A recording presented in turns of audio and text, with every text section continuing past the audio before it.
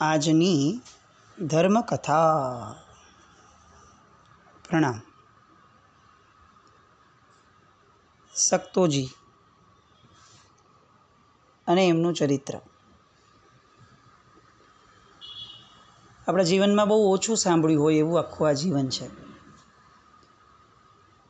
કોઈ એક બાળક જૈન કુળમાં જન્મ્યો હોય, ધર્મના રંગે રંગાયો હોય, માતા પિતાએ બહુ જ સરસ સંસ્કારો આપ્યા હોય અને એમાં ગુરુ ભગવંતનો યોગ મળે, ગુરુ ભગવંતના રંગે રંગાય અને રંગે ચંગે સંઘના ઠાઠમાઠ સાથે, બધાના ઉલ્લાસ સાથે રાજવી વૈભવથી દીક્ષા લઈએ અને દીક્ષા લીધા પછીથી અલગ અલગ ગ્રંથોના અભ્યાસ વગેરે કરીએ, આચાર્યપણું પામીએ. આવું ઘણું બધું થાય. આવા ઘણા બધા કિસ્સાઓ સાંભળવા આપણને મળે. એનો ખૂબ આનંદ છે. પણ એના કરતાં વધુ આનંદ એ થાય કે આમાંનું કંઈ જ ન હોય અને તેમ છતાં પણ છેલ્લું પરિણામ એ જ આવે.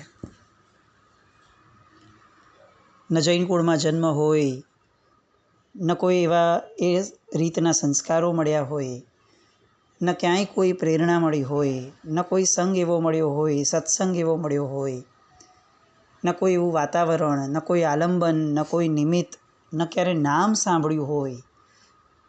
ભગવાનના દર્શન પણ જીવનના કેટલાય વર્ષો પછી કર્યા હોય, પહેલી વારના. પૂજા તો કદાચ ભાગ્યમાં પણ ત્યારે આવી હશે કે નહીં એ પ્રશ્ન. અને આવું જીવન હોય અને તેમ છતાં પણ વિશેષ પરાક્રમ કરી અને દીક્ષા લેવાય, દીક્ષા લઈ અને વિશેષ યોગ સધાય અને એ યોગને એટલો બધો સધાય, ગમતા યોગને, કે જાણે એવું લાગે કે જન્મ જન્માંતરની સાધના એ ઉગી નીકળી છે. અને પછીથી જીવન એવું કે એમના ગયાના વર્ષો પછી પણ એમનું નામ લેવાય અને આમ નતમસ્તકે વંદના કરવાનું કોઈને પણ મન થઈ જાય એવું જીવન. અત્યારે છે ને આપણે ત્યાં ઘણીવાર આવું થાય કે કેટલાક ગાયકો કે કેટલાક વ્યક્તિઓ એ આમ વિદેશમાં જઈ આવ્યા હોય તો આપણે જ્યારે પણ એમનું નામ લઈએ ત્યારે ઇન્ટરનેશનલ સ્ટાર તરીકે આપણે નામ લઈએ. એમના માટે લખાય તો પણ આવું ઘણી બધી વાર લખાય કે ઇન્ટરનેશનલ સ્ટાર એવા આ વ્યક્તિ, આ ભાઈ. આ જ પરંપરા જો એ સમયે હોત તો કદાચ મને એવું લાગે છે કે આ મહાપુરુષના નામની પાછળ તો આવા કેટલા વિશેષણો લગાડવા પડત, એક પ્રશ્ન હોત. એટલે મૂળ વાત આપણી એ કે આવું ઉત્તમ પરિણામ પ્રાપ્ત થયું, પણ એની શરૂઆત એ કેટલી સામાન્ય હતી.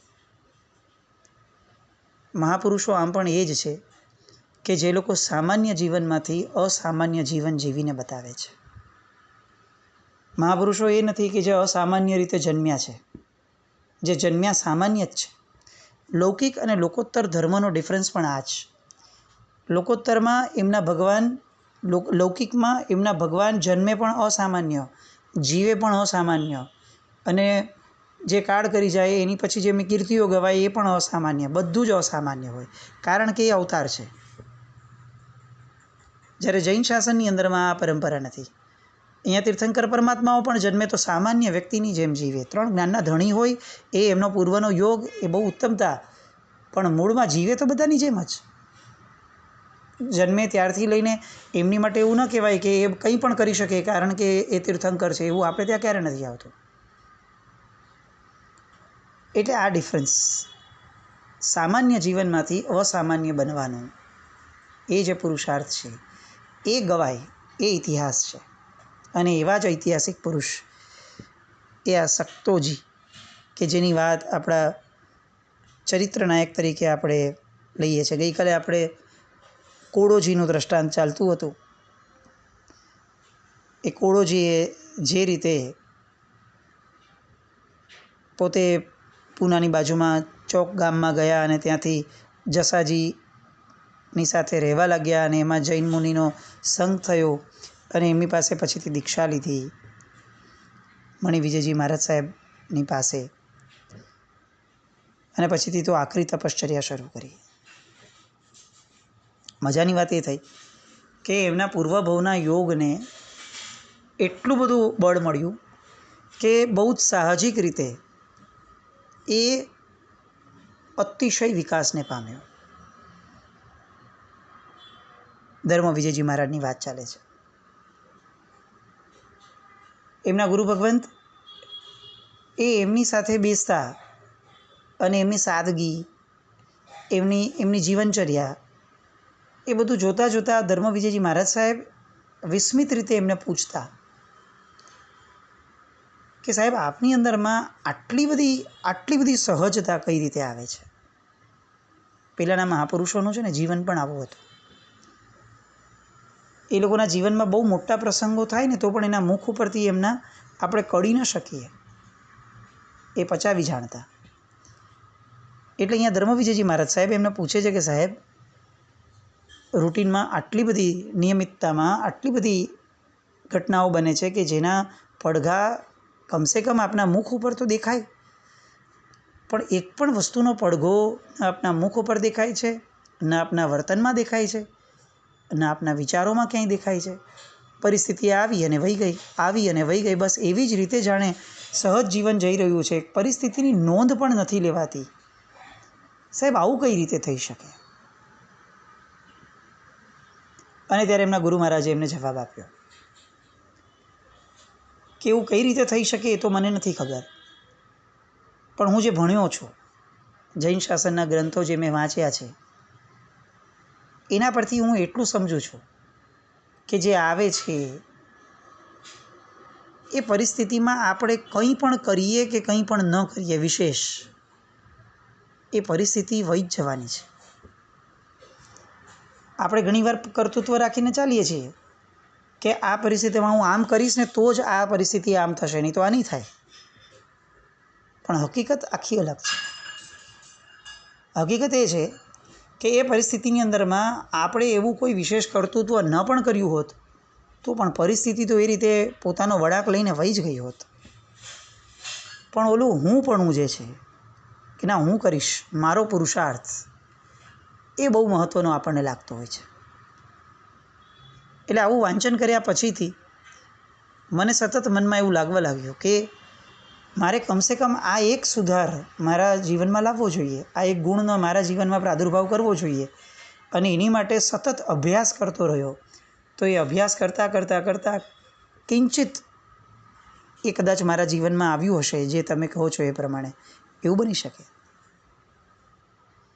કેવી લઘુતા!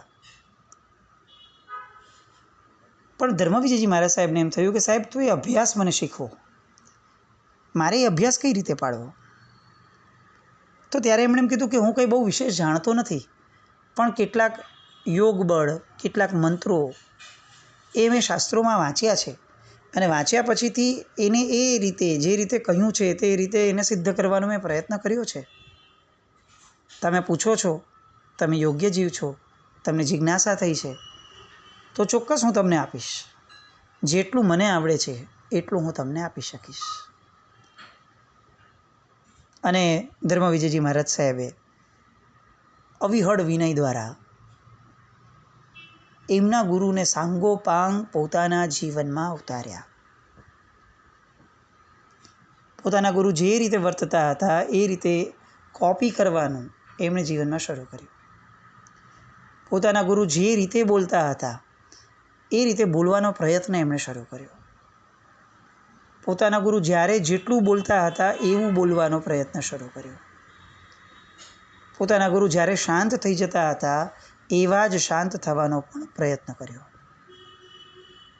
અને એના કારણે ધર્મ વિજયજી મહારાજ સાહેબ એટલા બધા આગળ નીકળ્યા ગુણમય જીવનની અંદરમાં, યોગ વિદ્યાના જીવનની અંદરમાં, મંત્ર વિદ્યાના જીવનની અંદરમાં, કે એમના જીવતા જીવત એ જ્યાં જ્યાં જતા ત્યાં ચમત્કારો એ એમની પાછળ દોટ મૂકતા. આપણે ત્યાં ચમત્કારને નમસ્કાર છે, પણ આ બધા મહાપુરુષો કેટલાક એવા જીવન જીવીને ગયા કે જ્યાં ચમત્કાર એમને નમસ્કાર કરતું પાછળ આવતું. અને આવું એમના આ ધર્મ વિજયજી મહારાજ સાહેબનું જીવન. આ સમય એ હતો કે જ્યારે જૈન ધર્મની બહુ વિશેષ સમજણ લોકોમાં નહોતી. પાછો પ્રદેશ રાજસ્થાનની આસપાસનો, એટલે ત્યાં તો કંઈ આવું સમજણ લેવાવાળા વર્ગની પણ બહુ મોટી ગેરહાજરી. લોકો માંડ 2 ટંકનું પૂરું કરી શકે એવામાં ધર્મ સાંભળવા માટે વિશેષપણે પ્રયત્ન કોણ કરે? અને કદાચ ગામડું છે એટલે રાત્રે બધા એકઠા થઈ અને સત્સંગ કરે પણ ખરા, પણ આગળ વધવાની કોઈ વાત વિશેષપણે એ લોકોના મનમાં જ ન હોય. કારણ કે એ જીવન જ એવું હતું કે જે માંડ પેટીઓ રડવા માટે આગળ વધતું અને એ માંડ સંધાય ત્યાં તો રાત થઈ જાય અને સૂઈ જતા. ધર્મવિજયજી મહારાજ સાહેબ ખૂબ લોકપ્રિય થવા લાગ્યા. એમના જીવનની અંદરમાં ઘણી સિદ્ધિઓ પ્રગટી અને અનેક લોકોનું આવી રીતે કલ્યાણ કરતાં કરતાં જે ગામની અંદરમાં પોતે જન્મ્યા હતા એ જ ગામની અંદરમાં એમણે પોતાનો દેહ છોડ્યો, પોતે કાળધર્મ પામ્યા. એ ગામ હતું માંડોલી. એમના મુખ્ય શિષ્યો જે કેટલાક હતા એમાંથી એમને સૌથી વધુ સ્નેહ જો કોઈ શિષ્ય ઉપર ઋણાનુબંધના કારણે કદાચ હોઈ શકે વધુ પ્રગટતો તો એ થયા તીર્થ વિજયજી મહારાજ. અજૈન કુળમાં જન્મેલા, એ પણ આ રબારીની જે જાતિ કહી શકાય એ જાતિમાં નાનપણથી ઢોરોની સાથે રહ્યા, પણ ઢોરોને ક્યારે ઢોર નથી ગણ્યા, હંમેશા પોતાના ગણ્યા હતા. એટલે એના કારણે એમના જીવનની અંદરમાં પણ નિર્દોષતા ખૂબ આવતી. આમ પણ છે ને, આ એક સાયકોલોજી છે. પશુઓની સાથે વાત્સલ્યપૂર્ણ વ્યવહાર જે લોકોને કરવાનું મન થતું હોય ને એ લોકોના જીવનની અંદરમાં ડોક્યું કરશું તો આપણને નિર્દોષતા બહુ સહજ રીતે છલકાતી જોવા મળશે. કારણ કે નિર્દોષ વ્યક્તિને છે ને એ ભેદ નથી કે આ પશુ છે કે આ માણસ છે, આ મને કામનો છે કે નકામો છે, આ ભવિષ્યમાં ક્યારેક મને કામમાં આવી શકે છે કે નથી આવી શકતો, આવો કોઈ ભેદ નથી. નિર્દોષ વ્યક્તિને ફક્ત નિર્દોષતા સાથે પોતાના સ્નેહનું અને પોતાની લાગણીઓનું આદાન પ્રદાન કરવા માટે જ જાણે જીવન મળ્યું હોય ને એવું જીવન હોય. અને આ પશુઓ સાથે એટલી બધી તાદાત્મ્યતા કેળવાઈ જાય, રોજ એની સાથે રહેવું, એના શેડ્યુલ પ્રમાણે જીવવું, આપણે જમીએ ત્યારે એને જમાડવો, આ બધું બહુ સાહજિક આપણું શ્રાવક તરીકેનું પણ કર્તવ્ય હતું. અને આ ગામડાનું જીવન જ આ હતું. આજે શહેરમાં આપણી પરિસ્થિતિ એવી છે કે આપણે જમવા બેસીએ ત્યારે આપણને પૂછવાનું મન નથી થતું ઘરનાઓને કે ભાઈ તમે જમ્યા છો કે નથી જમ્યા. શહેરના સારામાં સારા ધર્મિષ્ઠ ઘરની પણ પરિસ્થિતિ આ છે. અને ગામડામાં અજૈન ઘરની પણ પરિસ્થિતિ આ હોય કે જમવા બેસવું હોય તો પહેલાં બધાને ભેગા કરે, ઘરનાને છોડીએ પાડોશીને પણ ભેગા કરે. પાડોશીની વાત તો બહુ દૂરની રહી, ગામ એ છે આર્ય કુળનું, આર્ય સંસ્કૃતિનું ગામ એ છે કે જેમાં ઘરની બહાર રહેલા પશુઓને સૌથી પહેલાં યાદ કરે, એમની માટે રસોઈ બની હોય એ એમને આપે ને પછી પોતે જમે. અને એટલે જ વારંવાર આ વસ્તુ કહેવામાં આવે કે શહેરનો ધર્મિષ્ઠ માણસ ક્યારે મોક્ષે જશે ખબર નથી, પણ ગામડાનો અજૈન માણસ એ કદાચ વહેલો મોક્ષે વયો જશે. નિર્દોષતા, અને આ નિર્દોષતા પશુઓના સહવાસમાં વધુ ને વધુ આવે. જો એ પશુમાં ગાય વગેરે જાતિના પશુ હોય તો આજે આપણને કૂતરો પાડતી વખતે કોઈ જ સંકોચ નથી હોતો, બિલાડીઓ પાડતા આપણને કોઈ સંકોચ નથી હોતો, અને કોઈ આપણને એમ કહી દે કે ગાય પાડવી છે, આપણને મન નથી થતું. કલાકોના કલાકો આપણે આવા પશુઓની પાછળ કાઢી લેશું, પણ એમ કોઈ કહે કે ચાલો પાડતા નથી, ઘરે નથી, બધું બરાબર છે, જ્યાં ગૌશાળા છે ત્યાં જઈ અને ગાય સાથે થોડો સમય વિતાવો ને, એની અનુકૂળતા આપણને નથી. ગાય ઇટસેલ્ફ એક પવિત્ર જીવ છે. અને ફક્ત ગાય એવું નહીં, પશુઓ સાથેનું જીવન જ આવું. આપણે ત્યાં અતિચારની અંદરમાં શ્રાવકોના વ્રતધારી શ્રાવકોના અતિચારની અંદરમાં આવતું કે તેણે ભૂખે આપણે જમ્યા. કેટલો શ્રાવકનો પણ એ લાગણીશીલ સ્વભાવ હશે કે શાસ્ત્રકારો ઈચ્છે છે કે એને ભૂખ્યો રાખીને તું જમી જ ન શકે ભાઈ. આવી ઘણી બધી વાતો એ તીર્થ વિજયજી મહારાજ સાહેબના જીવનની, કે જેના કારણે ધર્મ વિજયજી મહારાજ સાહેબે એમને પોતાના જીવનની અંદરમાં જે પોતે પોતાના ગુરુ પાસેથી મેળવ્યું હતું તે આપવા માટેનો યત્કિંચિત પ્રયત્ન પણ કર્યો. આ તીર્થ વિજયજી મહારાજ સાહેબ એ આ રીતનું જીવન, નિર્દોષ જીવન જીવતા જીવતા મણાદર ગામની અંદરમાં આવ્યા. 2 સંયોગ એક સાથે થયા. એક, પોતાના કાકા પધાર્યા અને નંબર 2, એક જૈન મુનિ પધાર્યા. આ બંને સંયોગે સક્તોજીના જીવનની અંદરમાં, પૂર્વકાળની અંદરમાં અથવા પૂર્વ ભવોની અંદરમાં જે સેવીને એ આવ્યા હતા એ બધાનો ઉદય એક સાથે કર્યો.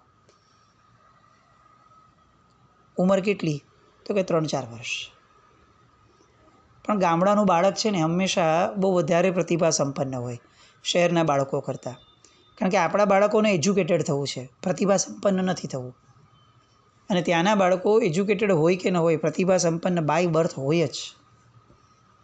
3-4 વર્ષની ઉંમરમાં પણ આ સક્તોજીને એટલી બધી સમજણ હતી કે પોતાના કાકા મહારાજ આવ્યા છે તીર્થ વિજયજી મહારાજ સાહેબ, તો એના રંગે રંગાતા ગયા. એમના મુનિજીવનની દરેક ચર્યાઓને એ બહુ ઝીણવટપૂર્વક જુએ.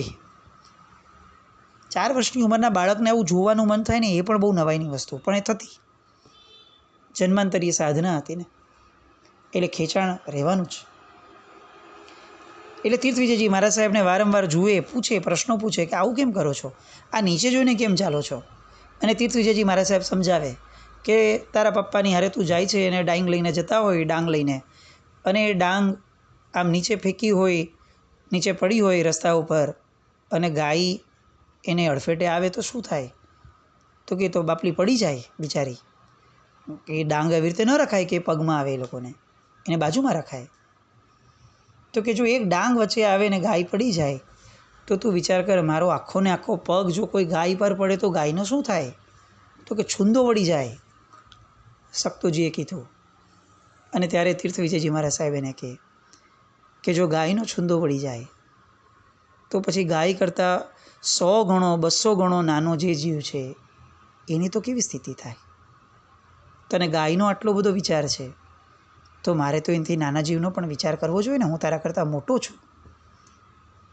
અને મોટો માણસ એ જ છે કે જે નાના માણસનો વિચાર કરે, નાની વ્યક્તિનો, નાના જીવનો વિચાર કરે.